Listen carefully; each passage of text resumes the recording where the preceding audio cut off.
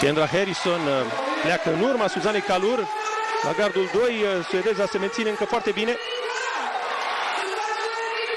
Kendra Harrison preia însă conducerea și câștigă această probă în 12 secunde 67 de sutim. Undeva pe locul 5 sosește Suzana Kalur.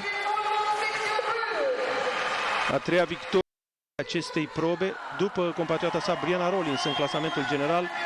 Sunt de recordul mondial al Iordancăi Doncova, bulgăroaica, stabilindu-l în 1988. Kendra Harrison a fost urmată de două compatrioate, Nia Ali și Queen Harrison. Alina Talai pe 4, iar Suzana Kalur sosește pe locul 5 cu un rezultat onorabil, 13 secunde. Este prima cursă pe care o aleargă Suzana Kalur, cum spuneam, în competiții oficiale din anul 2010.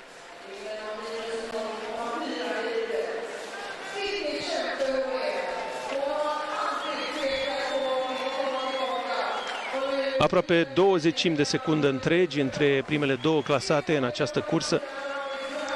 Kendra Harrison este principala favorită la cucerirea titlului olimpic la Rio de Janeiro.